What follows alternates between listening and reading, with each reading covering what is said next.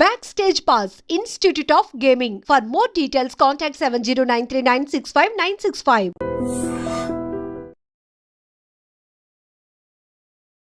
Hi hello నమస్తే, welcome back to iDream Media. ఈరోజు మనతో ఉన్నారు హైకోర్టు అడ్వకేట్ అయిన పృథ్వీ గారు. అయితే H1B వీసాల పరిస్థితి ఏంటి, ఇప్పుడు వాటిపై ఉన్న అప్డేట్ ఏంటి అని తెలుసుకుందాం. నమస్కారం సార్. నమస్తే సార్, H1B వీసాలు ఇకపై ఏ విధంగా తారుమారు కానున్నాయి, దాంట్లో ఉన్న అప్డేట్స్ ఏంటి, అందులో ట్రంప్ ఎలాంటి డెసిషన్స్ తీసుకోబోతున్నారు అంటారు? మనకి H1Bకి వెళ్ళేటప్పుడు first we have to know about how many visa structures are there. US ఎన్ని వీసా స్ట్రక్చర్స్ ఇస్తాయి అంటే అక్కడ ఉండేటువంటి ఇమిగ్రేషన్ లాస్ ప్రకారం మనం ఆలోచిస్తే దాని మన సిచ్యుయేషన్ మనకు అర్థమవుతుంది. ఫస్ట్ అంటే ఎంత ప్యాథటిక్గా మనం ఇండియా నుంచి అబ్రాడ్ వెళ్ళాలి అనే దాని మీద మనం వేసి ఎతికేటప్పుడు వీసాస్ని ఒకసారి వెరిఫై చేస్తే కానీ మనకి క్లియర్ ఐడియా ఉండదు. మనకి అక్కడ ఒక 6 to 7 టైప్స్ ఆఫ్ వీసాలు ఉంటాయి. ఒకటి ఇమిగ్రేషన్ వీసా అంటారు. ఇమిగ్రేషన్ అంటే పర్మనెంట్గా వచ్చి సెటిల్ అయిపోండి అని చెప్పేసి పిలిచి ఆ కంట్రీలో సెటిల్ అవ్వమని చెప్పేసి అడిగేటువంటి ఒక పద్ధతి, దాన్ని ఇమిగ్రేషన్ వీసా అంటారు.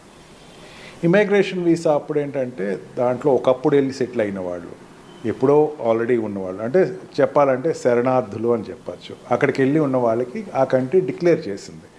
మెయిన్గా ఏంటంటే ఈ యూరోపియన్ కంట్రీస్ నుంచి ఎట్లా సెటిల్ అయిపోయిన వాళ్ళు వాళ్ళందరూ కూడా వాళ్ళకి ట్రంప్ సపోర్ట్ చేస్తున్నాడు. ట్రంప్ సపోర్టింగ్ పాలసీ అర్థం వాళ్ళు ఫస్ట్ వాళ్ళకి ట్రంప్ సపోర్ట్ చేస్తున్నాడు. మొన్న ఎలక్షన్లో కూడా వాళ్ళకి సపోర్ట్ చేస్తున్నాను అంటే ఈ నీగ్రోస్ కానీ లేకపోతే యూరోపియన్స్ కానీ వాళ్ళందరూ శాతం ఎక్కువ. యాక్చువల్గా యూఎస్ తీసుకుంటే యూఎస్ ఈజే దాంట్లో యూఎస్ వాళ్ళు ఎవరంటే ఎవరు ఉండరు, అందరూ ఇంకో చోట వెళ్ళి సెటిల్ అయిన వాళ్ళు. ఇంగ్లాండ్ నుంచి వెళ్ళి సెటిల్ అయితే వచ్చింది USA, country of immigration. Country of immigration rightly said. అందుకని ఏంటంటే దాంట్లోనే ఏమన్నాడంటే ఇమిగ్రెంట్స్, నాన్ ఇమిగ్రెంట్స్ అన్నాడు. ఇమిగ్రెంట్స్ అంటే ఎప్పటి నుంచో వచ్చి సెటిల్ అయిపోయి ఉన్న వాళ్ళందరూ కూడా, అండ్ నాన్ ఇమిగ్రెంట్స్లో కేటగిరీస్లో ఎన్ని వస్తారు. దాంట్లో ట్రాన్సిట్ వీసా అని చెప్పేసి అంటారు. ట్రాన్సిట్ వీసా అంటే ఏంటంటే ఒక కంట్రీ నుంచి ఇంకో కంట్రీ వెళ్ళేటప్పుడు కొంచెం కొన్నాళ్ళు ఉండి వెళ్తాం కోసం అని వచ్చేది ట్రాన్సిట్ వీసా. ట్రాన్సిట్ వీసా కూడా ఇట్స్ రెగ్యులేషన్, ఇది నిన్నాళ్ళు ఉండాలి అన్నారు. మనకి H1B దగ్గరికి వచ్చేసరికి ఈ ప్రాబ్లం వస్తుంది. H1B ఏంటంటే అక్కడ ఎంప్లాయ్మెంట్ కోసం మన వాళ్ళు వెళ్ళినప్పుడు అంటే ఏమవుతుందంటే ఒక కంట్రీ మనం పిలిచేటప్పుడు ఇండియన్ సిటిజన్స్ని పిలిచేటప్పుడు we're living here as a citizen of India. మనకి సిటిజన్షిప్ పోట్ల సిటిజన్షిప్ హోల్డ్ చేసుకుంటున్నాం. సిటిజన్షిప్ హోల్డ్ చేసుకుని మనం అక్కడికి వెళ్తున్నాం. ఏమని చెప్తున్నాం, మన తెలుగు మాస్ లాంగ్వేజ్ చెప్పాలి, నిలవలు వెళ్తున్నాం మనం. నిలవలు వెళ్ళి అక్కడికి వెళ్ళి కొన్నాళ్ళు ఉండి మనం ఏదో సంపాదించుకుని మళ్ళీ వెనక్కి రావాలి. దానికి ట్రంప్ ఏం మాట్లాడాల, దానికేం ట్రంప్ వ్యతిరేకేం కాదు.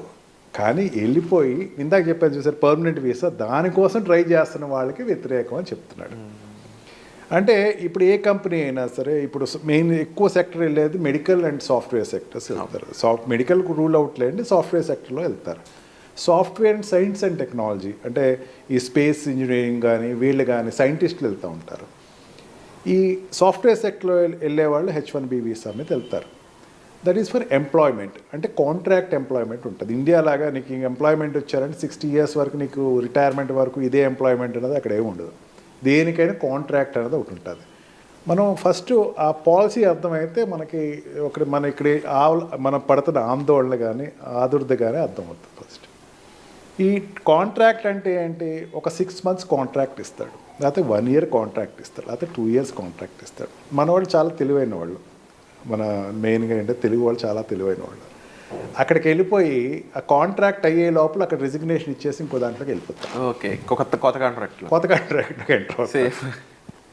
అంటే ఫర్ ఎగ్జాంపుల్ ఇక్కడ నుంచి ఒరాకిల్ కార్పొరేషన్కి వెళ్ళాడు అనుకోండి. ఒరాకిల్ కార్పొరేషన్ ఒక 9 months 11 months 1 year కాంట్రాక్ట్ ఎవరు 11 months కాంట్రాక్ట్ ఇచ్చాడు అనుకోండి. వాడు ఏం చేస్తాడంటే 10th monthకి వచ్చేసరికి వెంటనే ఒరాకిల్ నుంచి ఇంకొక వేరే దాంట్లోకి షిఫ్ట్ అయిపోతాడు. అప్పుడు ఏమవుతుంది, కొత్త కాంట్రాక్ట్ స్టార్ట్ అయిపోతుంది. కొత్త కాంట్రాక్ట్ స్టార్ట్ అయ్యేసరికి ఆటోమేటిక్గా ఈ లోపల వాడు పెళ్లి చేసుకుంటాం, పిల్లలు కంటాం, ఏదో అవుతుంది. ద మూమెంట్ పిల్లలు పుట్టారు అంటే ఆ పిల్లవాడికి పర్మనెంట్ వీసా వస్తుంది. అవును, అక్కడ by birth permanent visa holder యొక్క ఫాదర్ ఏమవుతుంది, ఖచ్చితంగా వాడికి కూడా స్టేటస్ ఇవ్వాల్సిందే. దీనికి ప్లానప్ చేస్తారు అక్కడికి వెళ్ళిన వాళ్ళు చెప్తున్నారు. వాళ్ళ మైండ్ సెట్స్ అట్లా ఉంటాయి. ఇక్కడ నుంచి మనకి అదంతా కనపడదు, ఫోర్కాస్టింగ్ కనపడదు. For example let us assume that Pakistan నుంచి ఇండియా వస్తున్నాడండి ఎవరైనా, బంగ్లాదేశ్ నుంచి ఇండియా వస్తున్నాడు, మనం ఒప్పుకుంటాం అట్లా ఒప్పుకుంటాం? ఛాన్స్ ఎందుకు ఒప్పుకోం? థ్రెట్ అనుకుంటాం ఒక్కొక్కసారి వేరే కంట్రీ థ్రెట్ అంటున్నారు కాబట్టి నేనేం మాట్లాడలేదు. నేపాల్ నుంచి ఇండియా వస్తున్నారు, లేదా శ్రీలంక నుంచి ఇండియా వస్తున్నారు, మాల్దీవ్స్ నుంచి ఇండియా వస్తున్నారు, ఇంకా పూర్ కంట్రీ బర్మా నుంచి ఇండియా వస్తున్నారు, ఒప్పుకుంటాం మనం? నాన్ రెసిడెంట్స్ కాబట్టి వాళ్ళకి వచ్చేసరికి ఎందుకు మనం రెస్ట్రిక్ట్ చేస్తాం? మనం నాన్ రెసిడెంట్స్ కాదు అక్కడ. Of course these people don't want to come back to India. India వద్దు నాకు, ఇంకా అక్కడికి వెళ్ళిన తర్వాత నాకు ఇండియా నేను రాను, మీరు ఏం చేసుకుంటారు చేసుకోండి, నేను ఇండియాకి రాను అనేటువంటి తత్వానికి వాడు వ్యతిరేకం. ఓకే, ఆ తత్వం మనకు ఉండకూడదుగా. అవును. జాబ్కి ఇప్పుడు ప్రాబ్లం లేదండి.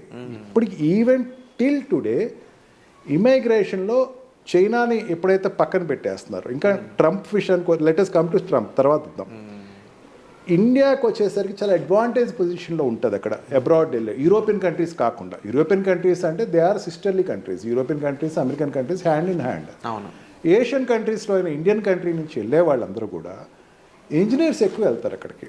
ఇంజనీర్స్ వెళ్ళినప్పుడు ఏంటంటే అక్కడ ఉండేటువంటి జాబ్ ఆపర్చునిటీస్లో ఏదైతే ఉందో అక్కడ ఉండి వాళ్ళు జాబ్ చేసుకుని 6 months అయింది, 1 year అయిపోయింది, నువ్వు come back to India, there is no problem for you. పిల్లలు పుట్టారు, settle there is for them also no problem. కానీ వాడు ఏం చేస్తాడంటే ఆ కాంట్రాక్ట్ అయిపోయిన తర్వాత అక్కడికి వెళ్ళిన తర్వాత, నేను ఇమిగ్రేషన్ అడ్వకేట్ని అండి, నేను సిటీలో ఇమిగ్రేషన్ అడ్వకేట్ని, నాకు వచ్చే పెద్ద కేసెస్ చెప్తున్నాను ఎట్లా ఉంటాయంటే, సార్ నేను అక్కడికి వెళ్ళాను సార్, నన్ను పంపించేశారు సార్. దేనివల్ల పంపించారు? బిలీవ్ ఇట్ ఆర్ నాట్ అండి, విరాట్ ఒక మాట అడుగుతున్నారు. విరాట్ ఇక్కడ నుంచి ఇండియాకి అక్కడ ఇండియా అనేటువంటి ఊసే వద్దు నాకు అన్న వాళ్ళకి ట్రంప్ వ్యతిరేకం.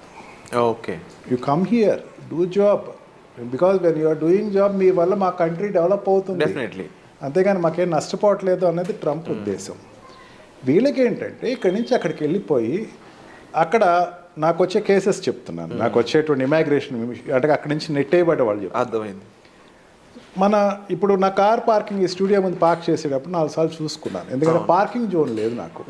పార్కింగ్ జోన్ లేక ఎక్కడో పక్కన పార్క్ చేశాను. It is crime again in US. Okay, 4 times అట్లా క్రైమ్ చేస్తే వాడిని డిపోర్ట్ చేస్తారు. ఓహో, ఇండియా అక్కడ ఉంచరు. అండ్ మనకి చెత్త ఎక్కడెక్కడ పడితే అక్కడ పడేసేయటం అలవాటు ఉంటుంది, రీసైక్లింగ్ బిన్స్. మనకేంటంటే ఈ చెత్త ఎక్కడెక్కడైతే అక్కడ పడేయటం అనేది ఒక క్రైమ్. దానికి టికెట్ ఇస్తారు, దాని టికెట్స్ అంటారండి. అంటే మనకి ఇక్కడ చలానాలు ఎట్లా టికెట్ ఇస్తారు. ఆ టికెట్స్లో ఎక్కువ నాళ్ళు ఉంటే ఆ ఉండేటువంటి జడ్జి ఇక్కడికి పంపేస్తాడు. ఆ రీజన్ మీద కూడా డిపోర్ట్ చేస్తారు. ఎక్కువ అయ్యే అండి. ఓహో, చాలామంది అది తెలియదు, అది వాడు ఇక్కడికి వచ్చి ఆ మాట చెప్పడు. అండ్ ఆల్సో వీడు కొన్ని ఏరియాస్కి వెళ్ళకూడదు. అండ్ ఆల్సో గ్యాంబ్లింగ్ ఆడకూడదు. ఇండియన్స్ ఎవరు కూడా అక్కడ గ్యాంబ్లింగ్ ఆడకూడదు. బూజింగ్ చేస్తే మనకి డ్రంక్ అండ్ డ్రైవ్ కామన్, కానీ అక్కడ డ్రంక్ అండ్ డ్రైవ్ చాలా సీరియస్. ఇవన్నీ పారామీటర్స్ ఉంటాయండి. వాడిని అక్కడి నుంచి డిపోర్ట్ అవుతాడు ఇండియాకి. లేదు, స్టూడెంట్ వీసాలోకి వెళ్తారండి. స్టూడెంట్ వీసా వెళ్ళినప్పుడు ఏంటంటే వాళ్ళు ఆ కాలేజ్ ఆ యూనివర్సిటీయే జాబ్ ప్రొవైడ్ చేస్తుంది. జాబ్ ప్రొవైడ్ చేసినప్పుడు ఏంటంటే ఆ స్టూడెంట్ వీసా ఆ జాబ్లే వీడు చేయాలి. అంటే అక్కడ ఇన్సూరెన్స్ ఎక్కువే, లోన్స్ ఎక్కువే. వీడు ఏం చేస్తారంటే అక్కడ లోన్ ప్రొవిజన్ ఇచ్చినప్పుడు ఆ కంపెనీ ఆ కాలేజ్ చెప్తుంది, మీరు పలానా ట్యూషన్ సెంటర్లో ట్యూషన్ చెప్పండి, లేకపోతే పలానా బేకరీకి వెళ్ళి మీరు వర్క్ చేయండి, వాడేస్తాడు. మన Indians are very smart enough. వీళ్ళు ఏం చేస్తారంటే ఓటీ చేస్తారు. ఎక్కడ చేస్తారు? అక్కడ కాకుండా ఇంకో చోట చేస్తారు. వాడు ఏమనుకుంటాడంటే నన్ను ఎవరు చూడలేదు కదా అనుకుంటాడు. చాలా పెద్ద పొరపాటు అండి. అది క్రైమ్.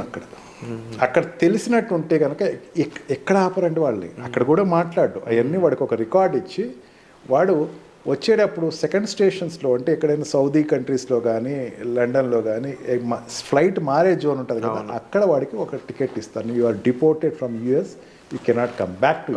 ఓకే, కంప్లీట్ చెక్మేట్ లాగా. చెక్మేట్. దీనిని ట్రంప్ టైటన్ అప్ చేస్తున్నాడు.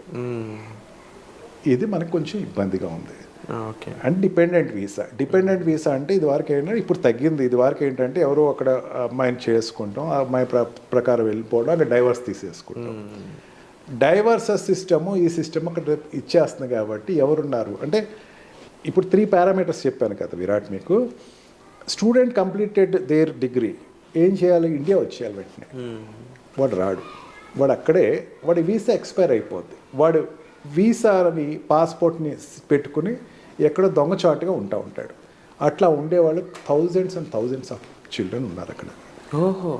అండ్ సెకండ్ వర్డ్ ఏంటంటే ఇందాక చెప్పాను చూసారా మీకు, ఈ టెంపరీ వీసా మీద H1B వీసా మీద వెళ్ళిన వాళ్ళు ఏంటంటే వాడు జాబ్ అయిపోయింది, నెక్స్ట్ జాబ్ రాలా, కానీ అక్కడి నుంచి ఇండియా రాడు. అక్కడే ఒరేకల్ అనుకున్నాం కదా, ఒరేకల్ 11 months కాంట్రాక్ట్ అయిపోయిందండి. 9th month 10th month next job రాలా, 11th month వరకు కాలయాపన చేశాడు. 11th month అయ్యేసరికి కాంట్రాక్ట్ అయిపోయింది కదా, వాడికి వెంటనే ఎగ్జిట్ పర్మిట్ ఇచ్చేస్తుంది. ఎగ్జిట్ పర్మిట్ తీసుకుని ఏం చేయాలి, కామ్గా ఎయిర్పోర్ట్కి వచ్చేసి ఇండియా వచ్చేసారు. వాడు రాడు, అక్కడే ఏం చేస్తాడు, ఎగ్జిట్ పర్మిట్ తీసుకుని అక్కడ ఒక స్టేట్ నుంచి ఇంకో స్టేట్, అంటే ఇక్కడ ఆంధ్రప్రదేశ్ నుంచి తెలంగాణ, తెలంగాణ నుంచి తమిళనాడు, ఇట్లా ఉండదు అక్కడ ఏవి. ఏ స్టేట్ ఆ స్టేట్ ఒక కంట్రీ అక్కడ. ఫెడరల్ కంట్రీస్ అవి, ఫెడరల్ స్టేట్స్ కాబట్టి ఒక కంట్రీ లాగా వాళ్ళ స్టేట్ పాలసీ వాళ్ళకే ఉంటుంది, పక్క స్టేట్ పాలసీ వాళ్ళకే ఉంటుంది. అంతేగాని ఇట్ ఈస్ నాట్ ఎంటైర్గా యూనియన్ ఇండియా రూల్ చేసినట్టు అక్కడ రూల్ చేయదు. ఆ ఫెడరల్ స్టేట్స్లో ఏం చేస్తాడంటే వాడు ఈ స్టేట్ నుంచి తప్పుకొని ఇంకొక స్టేట్కి వెళ్ళిపోతాడు, పాలసీస్ అనుకూలంగా ఉన్న స్టేట్కి వెళ్ళిపోతాడు. వాడికి తెలియదు డెస్టినీ, వాడు వెళ్ళిపోతాడు అంతే. అక్కడ ఏదో ఒకటి దొరకపోదా, మనకి ఎక్కువ ఫిలిం నాలెడ్జ్లోనే ఉంటాం కదా మనందరం, ఏదో జాబ్ దొరకపోదా, ఎవడో హీరో వస్తాడు వచ్చి మనం సేవ్ చేస్తాడు, అక్కడికి వెళ్ళిపోయే వాళ్ళందరినీ వెనక్కి పంపించేస్తాను అని ట్రంప్ ఇచ్చినటువంటి ఒక స్టేట్మెంట్. ఓకే, సో ఇది మనకి ఇబ్బందికరంగా మారే ఛాన్సెస్ చాలా. ఇప్పటివరకు ఏంటంటే ఈ గవర్నమెంట్ వాళ్ళు ఏమంటారంటే దీనివల్ల ఏమవుతున్నారు, యాక్చువల్గా మెసిబీస్ అండ్ ఈ నిగర్స్ వీళ్ళందరికీ మన వాళ్ళు ఏం చేస్తున్నారు, అక్కడ చిన్న చిన్న ఉద్యోగాలు చేస్తున్నారు. చిన్న చిన్న ఉద్యోగాలు అంటే వీడు ఏం చేస్తున్నాడు, ఇక్కడ ఐఐటి రాలేదు, ఎన్ఐటి రాలేదు, పెద్ద ఇంజనీరింగ్ కాలేజ్లో జాయిన్ అవుతాడు విరాట్. జాయిన్ అయిన తర్వాత అక్కడికి వెళ్ళి జాబ్ చేస్తాడు. వీడి ట్యాగ్ లైన్ ఏంటి, ఐఎమ్ ఎన్ ఇంజనీర్. +2 తర్వాత ఏంటి 4 years అంటే +6 వీడు ఇంజనీరింగ్లో ఉంటాడు. ఆ జాబ్కి ఎవరు వెళ్తాడు, 10th class పోయినోడు వెళ్ళే జాబ్స్కి వీడు వెళ్ళి కాంపిటేటర్గా కూర్చుంటాడు. వాడు ఏమవుతుంది, వాడికి ఈడ్చుకొస్తే ఎంతమంది ఉన్నారు, 10 కోట్ల మంది జనాభా. అది ఆ జనాభాకి మనోడు వెళ్ళి కాంపిటీషన్గా ఉంటున్నాడు. వాళ్ళని వెనక్కి పంపించేస్తాను, వాళ్ళని ఇక్కడ ఉండనివ్వను అని ట్రంప్ తీసుకున్న ఒక సిద్ధాంతం. వాళ్ళ సైడ్ నుంచి చూసినప్పుడు ఇందులో ఎటువంటి తప్పు కానీ ఎక్కడా లేదు. అండ్ డెఫినెట్లీ దీనికి సంబంధించి ఇంకా ఎంతో ఇన్ఫర్మేషన్ అనేది మనం షేర్ చేయాల్సి ఉంది సార్. అండ్ డెఫినెట్లీ ఇలాంటి ఇన్ఫర్మేషన్ కోసం మీరు డిస్ప్లే అవుతున్న నెంబర్స్ కాల్ చేసి సార్ మీరు డైరెక్ట్గా కన్సల్ట్ చేయొచ్చు. అండ్ తప్పకుండా మీకు రైట్ ఇన్ఫర్మేషన్ అనేది ఇవ్వడంలో సార్ ఎప్పుడు ముందుంటారు. ఇక దీనికి సంబంధించి ఇంకా ఎన్నో ఎపిసోడ్స్ మీకు కావాలనుకున్నట్లయితే కామెంట్ సెక్షన్లో వీటిపై మీ అభిప్రాయం మెన్షన్ చేయండి. Thank you so much. Thank you.